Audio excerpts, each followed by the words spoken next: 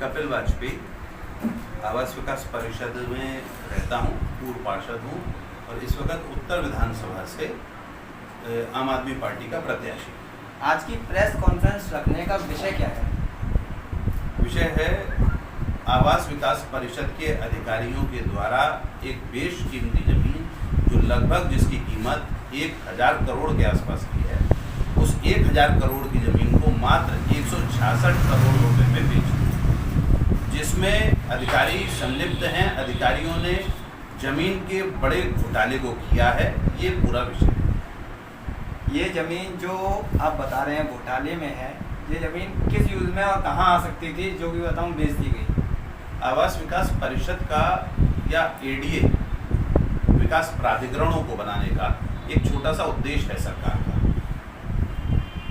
सरकार ने इनको बनाया सिर्फ इसलिए है ताकि क्षेत्र में गरीब लोगों को सस्ते से सस्ते मकान दिए जा सके, रिहाइश के लिए व्यवस्था करी जा सके।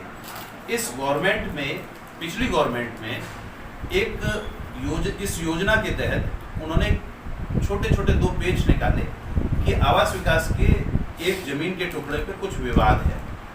ये जमीन है 1,45,000 वर्ग मीटर जमीन, बेशकीमती जमीन है, सेक्टरों के मध्य की जमीन है, जिसका सर्किल रेट लगभग 1 लाख रुपए के आसपास का पड़ेगा, जिसको 11,000 रुपए के मात्र सर्किल रेट पर बेच दिया गया। उसके लिए 1 दिन 2 दिन के लिए सर्किल रेट भी कम करवाया गया, मिली भगत बड़े तौर पे करी। जिस जमीन पे सरकार माननीय न्यायालय में स्टे है, उस जमीन को आवास विकास परिषद के द्वारा बेचा। ये न्यायालय का स्टे है, 713 और 714 नंबर के खसरे पे स्टे है। उस जमीन पे मैं आखिरी का एक बस पैराग्राफ पढ़ना चाहूँगा लास्ट, कि इस जमीन का कोई भी किसी भी प्रकार से उपयोग को परिवर्तित नहीं किया जा सकता है, जैसी है उस अवस्था में ये जमीन रहेगी। ये स्टे में स्पष्ट लिखा है, स्टे की कॉपी। इसके अलावा इस जमीन को खसरा संख्या 713, 714 को यही अधिकारी मिलते हैं और इस बेशकीमती जमीन को बेच देते हैं और उसमें लिखते हैं कि इसका सारा निपटारा भी बिल्डर खुद करेगा। बिल्डर करेगा जैसी है वैसी की अवस्था में। बिल्डर कितनी जमीन को करेगा, कैसे करेगा, इसको कोई नहीं बताता। बिल्डर आज तक मिली भगत करके बड़ी बड़ी बिल्डिंग्स खड़ी करी जा रही हैं, मल्टी स्टोरी खड़ी करी जा रही है। ये एक बड़ा गंभीर विषय हो जाता है। यहाँ पर आवास विकास परिषद के लोगों ने कोई सी भी बिल्डिंग अगर आप बनाएंगे तो वहाँ पर आवास विकास परिषद या आगरा विकास प्राधिकरण, जब आवास विकास परिषद ने उस जमीन को फ्री होल्ड कर दिया तो नक्शा ही क्यों पास कर रहा है? वो नक्शा एडीए क्यों नहीं पास कर रहा है? एक प्रश्न। दूसरा, ये सारी इतनी गंभीरता के संग में जब न्यायालय ने इसमें एक बात लिखी, वाद संख्या में अपने अंतिम निस्तारण तक वादग्रस्त संपत्ति पर यथास्थिति बनाए रखें एवं वादग्रस्त संपत्ति पर कोई निर्माण कर उसकी प्रकृति को परिवर्तित ना करें। जरा सा हिस्सा छोड़ दिया गया। भाई लगभग 2 बीघा जमीन छोड़ दी गई, आज भी पड़ी हुई है, बाकी पे बिल्डिंग बना ली गई। क्यों बना ली गई? वो खरीदी या बेची ही क्यों गई? और अगर उसको बेचा गया और आवास विकास परिषद ने बेच दिया, ये तो जघन्य अपराध आवास विकास परिषद के अधिकारियों ने किया। इनके खिलाफ मैं तो न्यायालय में, माननीय हाई कोर्ट में जाने की तैयारी है।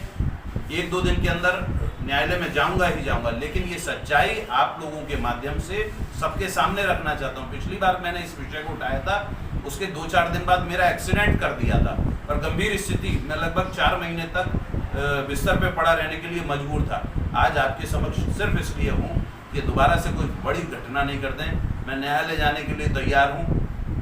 अगर घटना होती है कोई भी मेरे साथ, उसका जिम्मेदार ये बिल्डर होगा और उसकी जिम्मेदारी होगी, क्योंकि मुझे अगर खतरा है, मेरी जान को खतरा है, तो केवल इस बिल्डर से है और उसके लिए आप सबके समक्ष मैं यहाँ पर उपस्थित हुआ हूँ।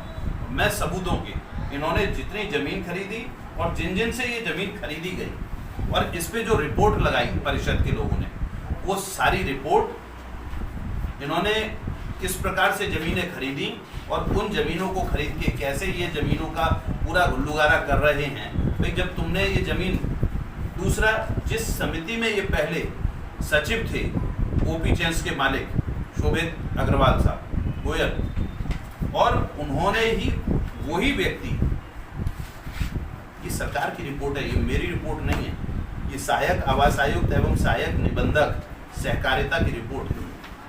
वो मानते हैं कि ये दोषी है, इस पे कार्रवाई होनी चाहिए। अगर ये दोषी है और कार्रवाई होनी चाहिए तो इस पे कार्रवाई अभी तक करी क्यों नहीं? क्यों सारे लोग मिलकर आधा आधा हिस्सा बांट के कि मेरे को एक फ्लैट मिल गया, तेरे को एक फ्लैट मिल गया, ये अभियान पे क्यों लगे? अगर ये अभियान रहेगा तो हम इसका विरोध करेंगे और डटकर विरोध करेंगे।